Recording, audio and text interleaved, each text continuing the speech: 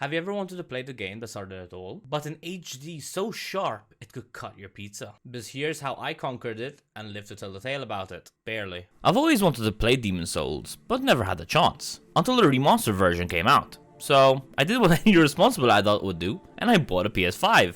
Priorities, right? Now I choose to start as a Temple Knight because of the halberd. It's like choosing a fork over a spoon at a soup eating contest. Marching through this marsh and arriving at a narrow passage. We quickly realized the limitations of my weapon. The walls were too close. It was like trying to swing a flagpole in a phone booth with my halberd. Next, I shed some armor, cause who needs protection when you can have agility? And a nice breeze. Picking up this item and realizing that this game's way of healing. Cool. Nothing like good old-fashioned scavenging to stay alive. Vaulting over obstacles? Okay, let's talk about this awesome light hanging from my waist. Why can't this be a feature in future games too? Then we head into the first real fog gate and meet our tutorial boss, the Vanguard Demon. It hits like a truck, and I'm hitting it with a needle. How do I dodge again? Getting revived in the Nexus and placed into an interesting POV situation. I faint dramatically. Heading to 1-1, we witness a dragon doing a flyby, cause why not? It's not a fantasy game until a dragon crashes the party. Then there's Big Red, a powerful enemy blocking something I probably want. It's like the universe saying, "Thou shalt not pass." And me, without a Gandalf beard, thinking, yeah, I'm gonna take another route. And so, avoiding confrontation like a true hero, I decide maybe it's time to explore the more scenic route, because you know, I'm not here for a quick death. We finally unlock our first shortcut and press forward. Along the way, we stumble upon the Cling Ring, which instantly becomes the MVP of our jewelry collection. It boosts our HP in soul form, which, if I've got this game pegged, is pretty much our semi-permanent state. And then who do we find? A guy lugging around a chest on his back? I'm getting strong Patches vibes here, but we're not in a trap, so it's definitely not him. Deciding to switch things up, we buy a longsword instead, making it our go-to weapon for a hot minute. Sure, we're trading some oomph for some swiftness, but who needs power when you can dance around your enemies like a featherweight champion? Next up, we rescue a dude, signaling for help by clearing a path with a firebomb. We meet Astraea of Bolteria, who rewards our heroics with a telescope? Gee, thanks, I guess. We then tail him as he struts past enemies without lifting a single finger. Classic Ostrava. Leaving Mr. Unhelpful behind, we forge ahead through the fog and into the enemy-infested narrow corridors. Our response? A good old-fashioned boulder roll. Knocking them down like it's bowling pins. Who said chivalry's dead? Why are there two dragons just hanging about? We tiptoe around, snagging loot until they spot us, prompting a hasty retreat. The red dragon plays hard to get, scorching the bridge just as we try to cross. Thinking we're safe, we dash across, only for it to return with a fierce vengeance. Somehow we make it past and open the gates to our first real boss. Armed with a stash of firebombs, we face the Phalanx. These bombs are like hot knives through butter, except for when they're not. And we're lucky if more than one foe gets singed. But when the stars align, boom! A multi-hit wonder. Our melee attacks are laughable in comparison, tickling the enemy at best until suddenly, they're not. Was it the angle? Or did my sword just have a secret power-up or something? Somehow, we ace it on our first try. Back to the Nexus, a candle hints at our next move, leading to a solid 10 minutes of confusion, until eventually we find this kid who gives us the need to know about the game structure. Now with the power to level up, we dump our hard-earned souls into endurance and vitality. Cause let's face it, we're gonna need all the help we can get. After gifting a jade hair ornament to this mysterious dude, we're rewarded with the Ring of Herculean Strength. Cause apparently, hoarding is a part of the game. Starting to feel adventurous, we head to World 5-1, thinking we can parkour our way through. Spoiler, we can't. A local decides to introduce us to the concept of gravity. Falling to our doom once? Shame on them. Twice?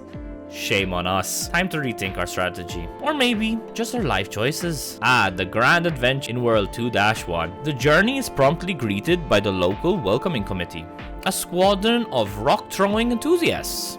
Dodging their love letters, etched in stone, I prance past, only to be ambushed by what I can only describe as doggos with a penchant for pyrotechnics. Ah, the warmth of hospitality. Next on the agenda, I encounter Shooty Mac Shooter Pants, and his equally hospitable cousin, Sir Hurls-a-Lot. The latter greets me with a fireball to the face. How touching. My attempts at retaliation are, to put it mildly, laughably ineffective. Tightrope walking ensues, only to be cut short by a fierce encore from Sir Hurls-a-Lot. Cue the helpful chatter, directing me towards World 4-1 in search for an OP weapon. Alas, my efforts, mere those in World 5-1, ineffective and hilariously outmatched. Enter the skeletons, who unlike their slow-moving counterparts, must have been part of their afterlife track team or something. The chatter, a generous soul in human form, joins the fray, gifting me the legendary Crescent Falchion +5, Talisman of Beasts, a cornucopia of healing items, and a piece de resistance, Monk's head wrappings, complete with jiggle physics. Who knew headgear could jiggle with such mirth? Armed with my new arsenal, skeletons now get vanquished with 2 swings. Yet the guilt of wielding such power weighs heavy. I opt to avoid this big guy as we take this route, which was easier than originally thought, and we find the base version of the weapon, somewhat preserving the purity of my casual run and aligning with my normal magical aspirations. Back in World 2-1, emboldened and slightly more lethal, I face the fiercey gauntlet anew. Salamanders and flames taste my method, unlocking the elusive first shortcut and stumbling upon Ed the blacksmith, my new best friend. Venturing deeper, I heed the sage's advice of a timely message. Bridge bad.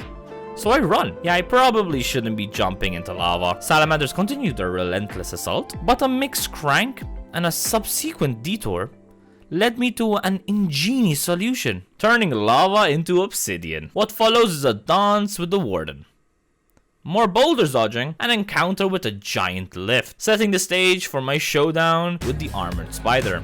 Spoiler alert, it doesn't go well, but hey, what's an adventure without a few fiercely setbacks and physics-defying headgear? Slapping a death counter on screen and diving back into the chaos of World 4-1. Picture this, me trying to tiptoe around while skeletons with the durability of tanks and archers with the accuracy of snipers are on my tail. It's like being in a bone team shooting gallery. So I used this copper key that I found at some point to pop open a cell and free this dude who's probably been waiting to stretch his leg for who knows how long. Meanwhile, I'm out here playing tag with lizards, nabbing moonstone shards and chunks, except for that one lizard that got away. Remember all, vaulting is a thing here, and it's pretty neat. Stumbling upon the regenerator ring, and let me tell you, health regen? Yeah, it's amazing. Then I meet Katana Dude with red eyes. Intimidating? Abso-smooking-lutely. Did I stick around? Yeah, no. Back to my arch nemesis, the Armored Spider. This thing hits me with every attack possible. I'm dodging, weaving, and somehow surviving by the skin of my teeth.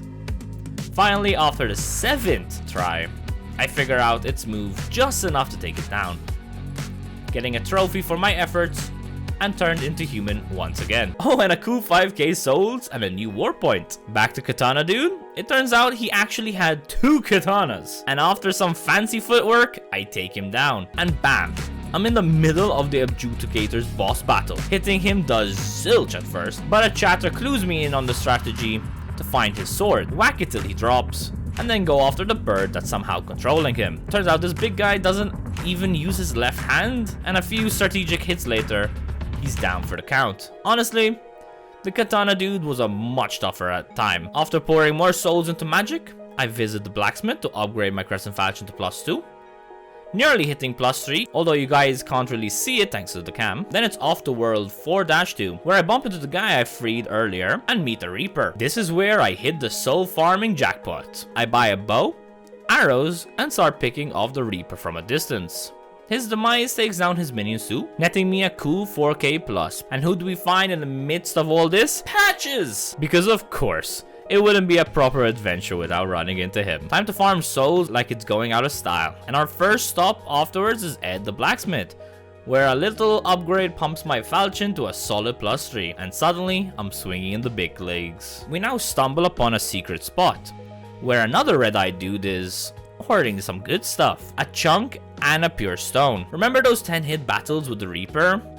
Yeah, that's ancient history. Thanks to the nifty hardstones I found along the way, my longbow is now a lean, mean 5-hitting machine. The soul grind just got a turbo boost. Now with all this in hand, we now roll into 1-2. Most enemies, yeah, we one-tap them and they're toast. Just as we were talking about Ostrava, we found him. And it's dragon time. A crispy experience, but hey, I live to tell the tale. Scored a wooden catalyst too, which means shockingly, magic's on the menu. Found some swanky blue-eyed knight armor, defense level through the roof. Clearing the path for a quest dude, it begins to feel an awful lot like an Assassin's Creed escort mission. And next up, another fog gate. This time blocked by a bunch of blue-eyed knights. Cause, yeah, why not? This is it, folks.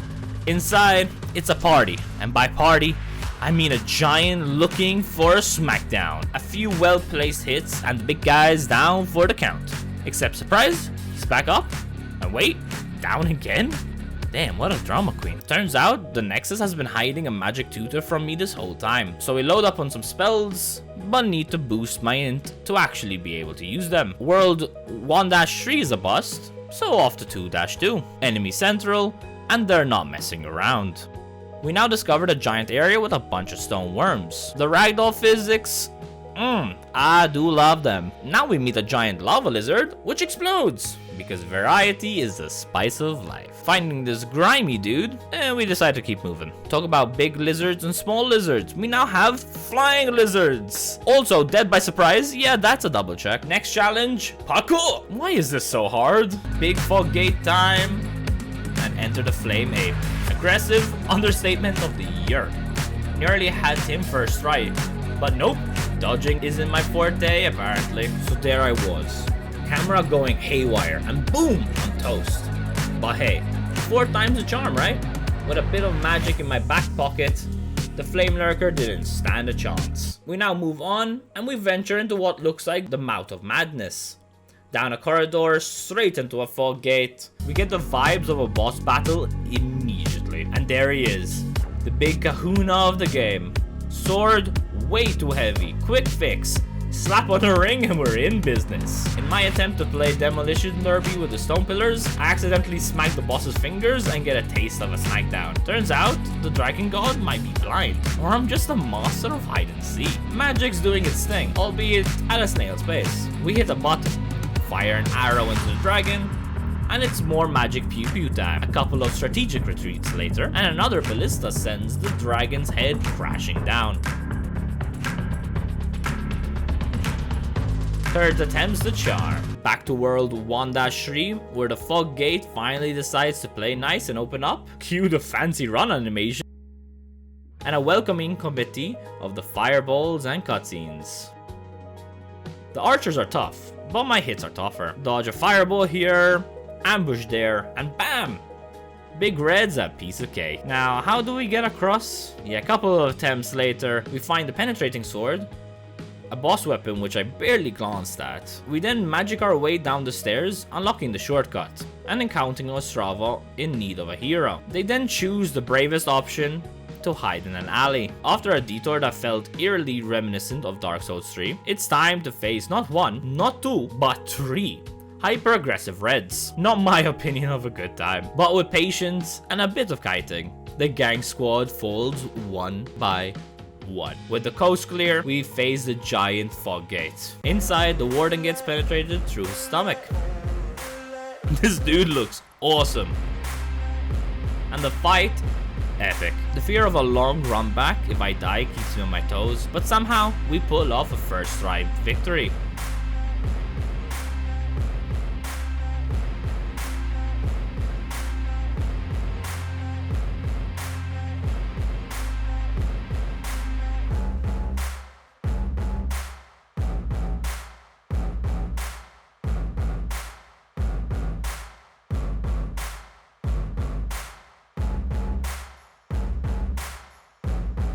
Marching on through 1-4, slicing through soldiers like butter, I encounter some red invaders. We get another penetrating sword.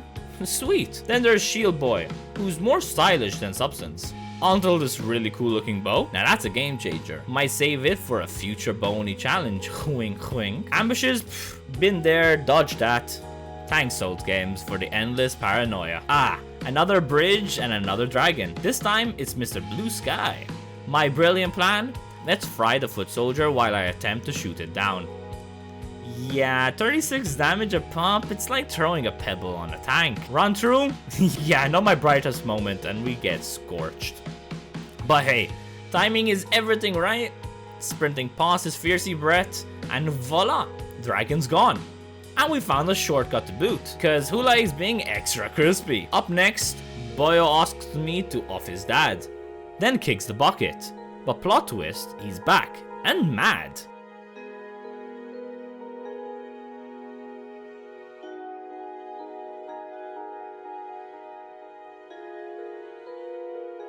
Now we catch the elevator up to Daddy Dearest, old King Allant. This guy's special move, soul sucking. Like literally. As if losing souls wasn't bad enough, now I'm dropping actual levels.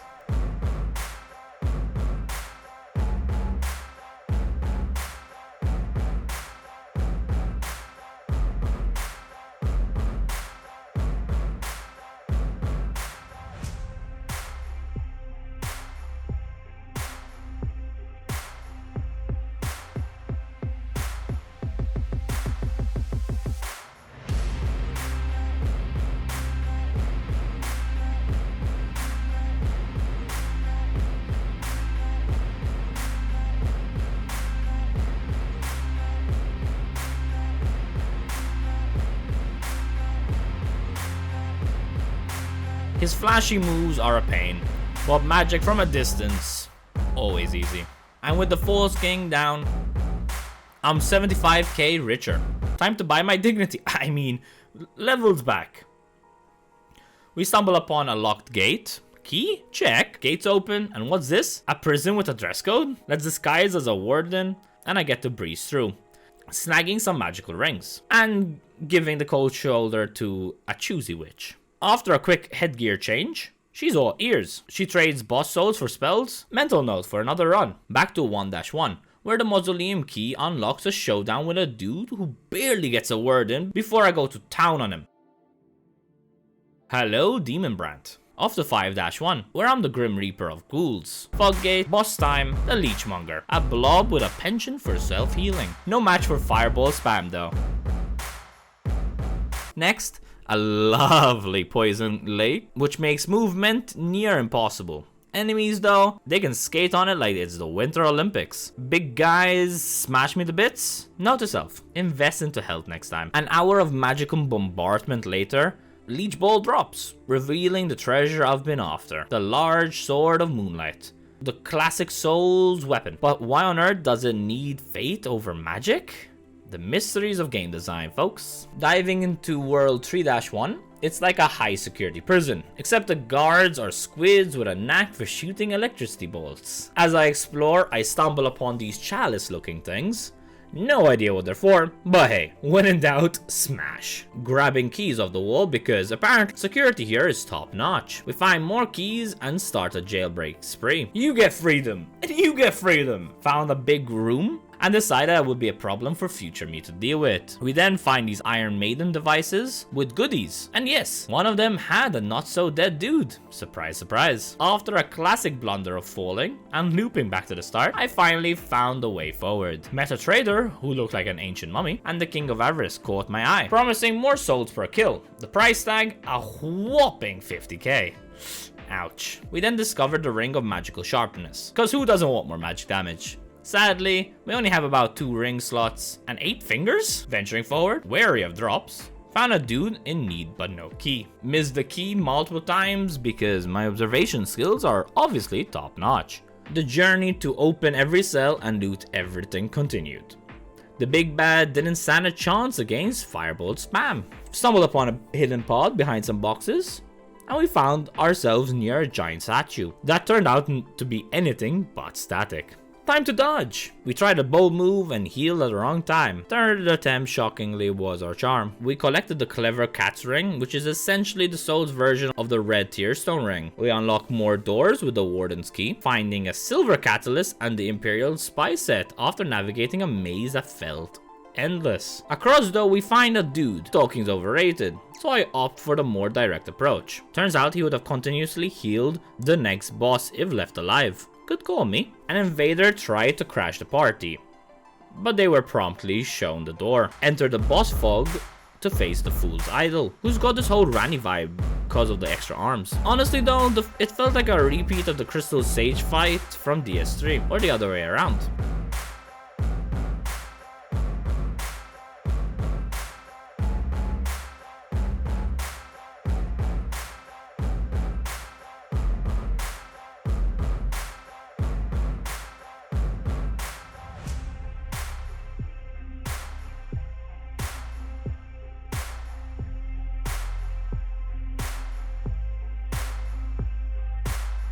And we managed to take her down amidst the chaos. Gargoyles then decided it was my turn for a scenic tour, dropping me off at the next adventure spot. We returned to liberate this dude, rewarding me with the Gary Stiletto, a weapon as cool as its name. Back at the Nexus, our freed sage was ready to trade boss souls for spells. We swapped Soul Arrow for Soul Ray because, well, upgrades. After a bit of soul farming and popping, I finally scrapped together the 50k for the Ring of Avarice, because who doesn't love a bit more souls in their life? Heading back to the Nexus, we decide to beef up our fate stat to swing around the legendary Sword of Moonlight, then off to World 4-2 to show the Reaper who's boss. And oh boy did we progress, accidentally stepping on a pressure plate and opening up the world a bit more. Getting caught by patches? Yay me! There's also another chap who fell for his tricks. We now take down this invader with our shiny new spell and got chunks galore. Umbasa? More like, oh hey patches, fancy seeing you here. With a quick visit to the blacksmith, we upgrade our weapon to +4, dreaming of that spicy +5. Then we enter a roller coaster of emotions with rolling skeletons and beam blasting nuisances that just won't quit. Peeking to the right, we catch a glimpse to the next boss. But first, an invisible little guy decides to chip away at our health. Another ambush, and after a series of trials, dealing with the sneaky Reaper, and discover a lake where floating things explode, cause why not? Then there's the old hero boss fight. Magic and the Thief Ring combo, almost amazing. The boss couldn't see us, which made the fight as easy as pie.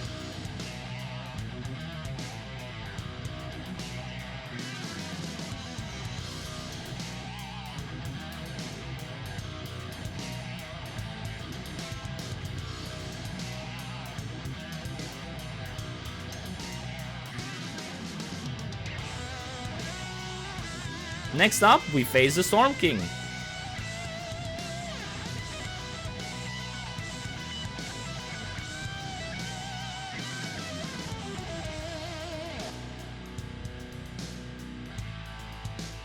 Armed with the Storm Ruler, we aim for the skies and die over and over again until eventually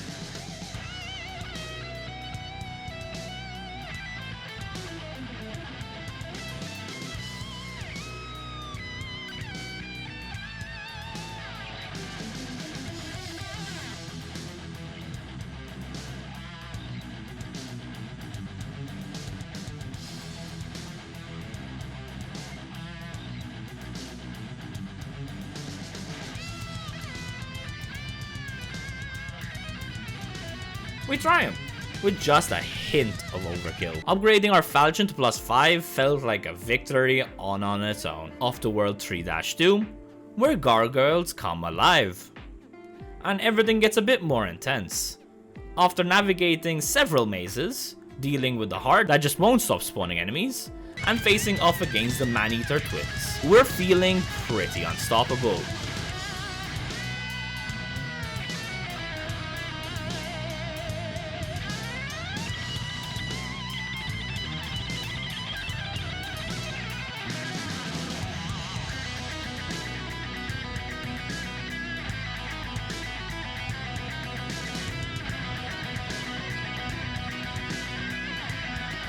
Oh, let's not forget the old monk.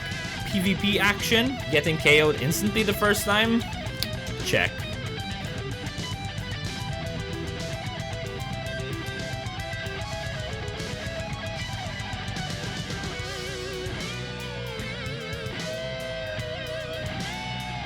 But we nailed it on the second attempt.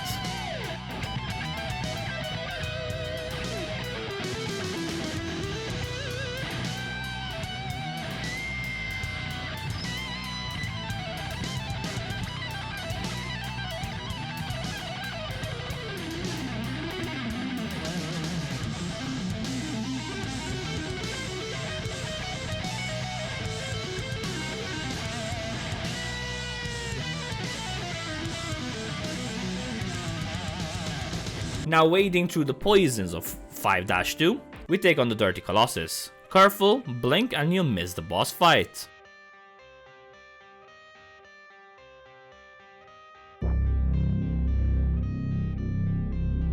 We then take on Maiden Astraea, with strategies ranging from attack first and ask questions later, to snipe from afar and hope for the best.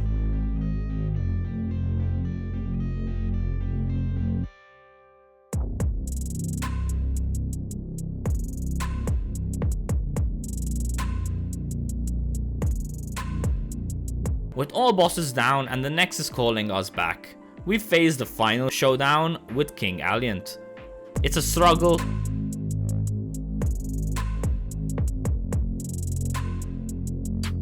but somehow we emerge victorious, with Soulbrand in hand. And there you have it, folks. We've wrapped up our first playthrough. Missed a few things? Yeah, probably, but that's what challenge runs are for, right? Drop a suggestion in the comments if you want to see more, and if you enjoyed this wild ride, don't forget to like and subscribe for more adventures. Thanks for watching, and I'll see you in the next one.